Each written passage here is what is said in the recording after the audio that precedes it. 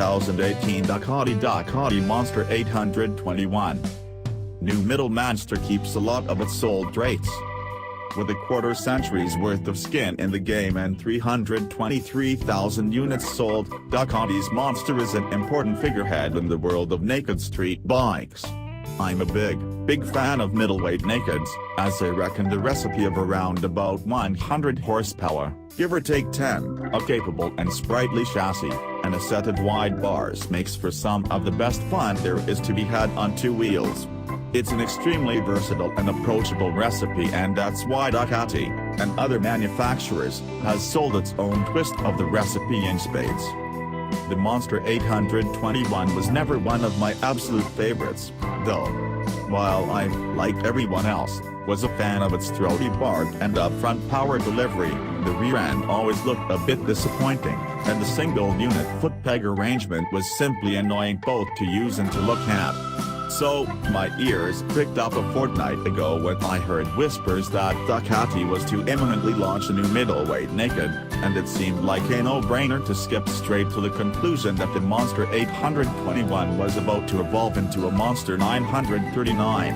Ducati's 937cc Testastretta 11, crucially Euro 4 compliant, has found itself at home in a wide range of Ducati's bikes, all the way from the Hypermotard, a new supersport range, to the baby Multistrada 950, so why wouldn't it find another home in a Monster? Turns out, upon receiving an invite to ride a Monster 821 in Rimini, that the Monster 821 is to stay as exactly that, with no extra 116cc on the way. What's actually new? Just like the Monster 797, the 821 now finds itself sporting the tank and headlight from its bigger sister, the 1200. And yes, that means it has the entirely pointless but unique and distinctive tank catch as a nod back to monsters from yesteryear.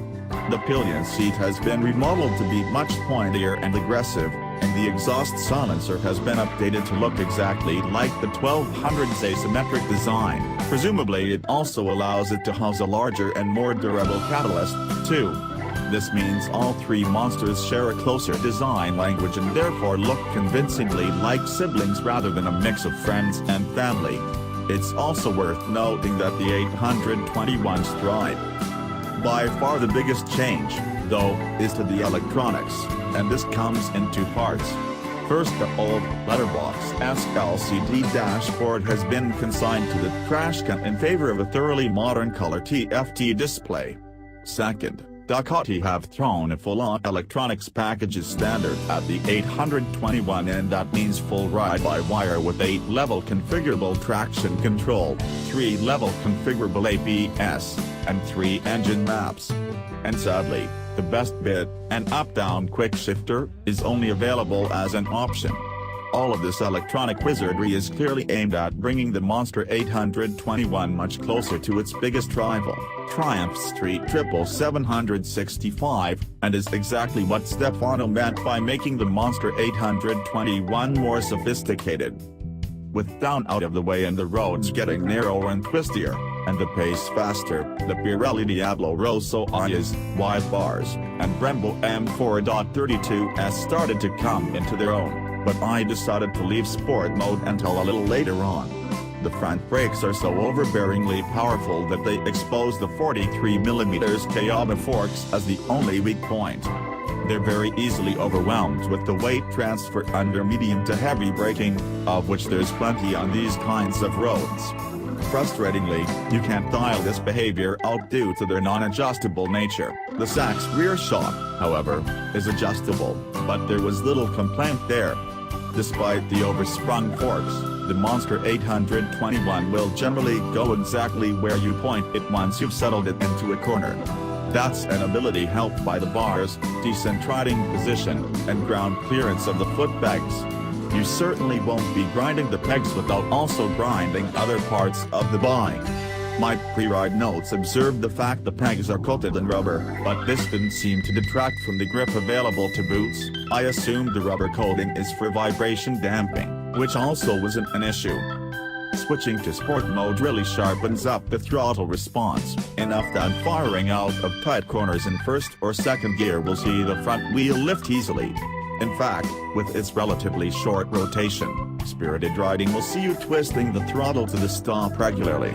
With traction control set to its lowest setting, I had the rear spinning up numerous times when overtaking traffic over white painted lines, before being caught neatly by the traction control system. The bars get a little flighty when applying gobs of power, so I can't help but think a steering damper would make a nice addition. But it's not available as an option. Peak power comes in at 9,250 revolutions per minute and the red line is at 10,500 revolutions per minute, with peak to work at 7,750 revolutions per minute. When the engine is really singing its heart out, there isn't much in the way of induction or airbox noise, just lots of the valve train noise instead, the polar opposite of Yamaha's Mount 09 and Triumph's Street Triple. It does, however, emit the odd nice pop and bang from the exhaust, and the slipper clutch works very well on super enthusiastic downshifts. Regarding comfort, I was comfy all day with no leg stretching or wrist wringing required. My only complaint is that the frame stops under the tank stick out a fair bit, and I caught the armor in my jeans on them regularly when moving around on the bike between corners. Others complained of the same thing. Build quality and packaging is exactly as you'd expect from the Bulletin outfit, top quality, no complaints at all. The adjuster on the brake lever is particularly premium and makes others, with those big spinny chrome discs, look horribly tacky by comparison. It's the small things, right? I think the pipework from the radiator to the engine on the left-hand side is a bit messy, but that's probably just me. I think, ultimately, if you buy a Monster 821, it's because you want a Monster 821. It's the only naked middleweight that gets to wear that badge, sport that yellow paint. It does also come in red and matte black, and make that noise. It is, simply, the easiest Monster 821 to live with yet, especially with its crazy big service and valve check intervals, and that's no bad thing. Rider stats. Randall's real name, Eric Blair. Height, 5 feet 9 inches. Build, slim but fit, lots of cycling. Helmet, heat on heroin coal. Jacket, Danes Racing 3. Gloves, Danes Druid D1. Jeans, furry Gandil Slate. Boots, Danes to work D1.